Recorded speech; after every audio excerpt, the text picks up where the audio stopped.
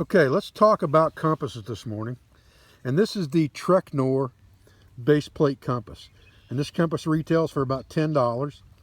It's an oil-filled compass. Some compasses are oil-filled and some are water-filled. The oil-filled ones will have less tendency to bounce around on you when you're moving. The needle won't bounce around as much. And they also are less likely to get bubbles in the liquid, in my opinion, than the water-filled ones are. So that's the first thing.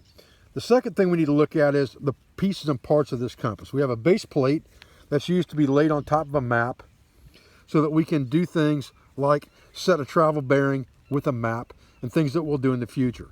But for now, what we really need to know is that this arrow is pointing to the front of the compass and that is our direction of travel. We always have that compass in front of us, centered on our body, with that arrow pointed at their direction of travel. This ring is called a bezel ring, and it moves in a circle.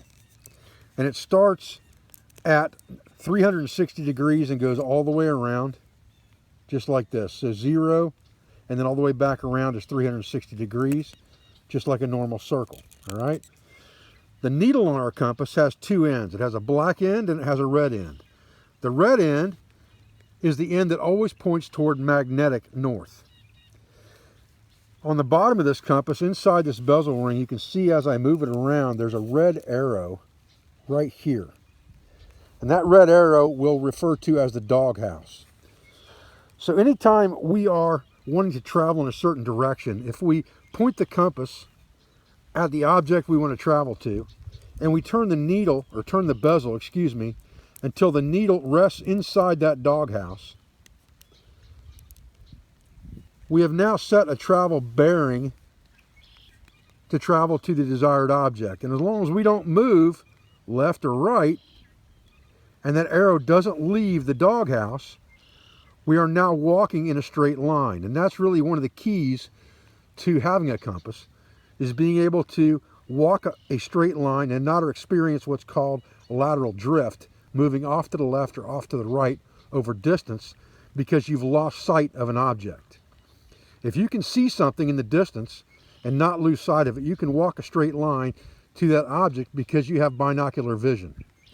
If you lose sight of that object while you're walking, you will veer off to the left or to the right for a multitude of reasons. That's called lateral drift, and that's what causes people over long distance to walk in circles. So to circumvent that, we use a compass. And we'll talk more about leapfrogging and things like that in future segments and as we get more advanced in our training. But for the Trailblazer phase, you need to understand how to set a travel bearing, which means I point my compass at the object I want to travel to and put the needle in the doghouse, and the number that's at the top of our compass then becomes our travel bearing. The other thing we want to understand is how to orientate ourselves with the compass, all right? And that's very easy. What we can do is, let's say we want to travel in an easterly direction. If we put our easterly direction at the top of our compass, remembering that that is our travel bearing, so we're going to put east right at the very top of our compass, just like this, all right? Then we would simply rotate our body until the needle rests in the doghouse. And once we have that needle resting in the doghouse, we are then facing with our compass directly east. And if we walk straight, we'll be walking straight east.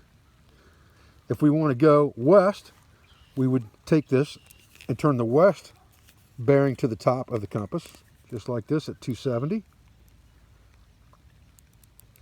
And then we would move again until the needle's in the doghouse.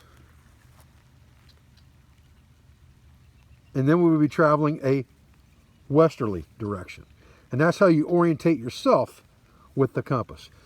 Those are the two basic tasks that we need to understand first in the Trailblazer phase of this program.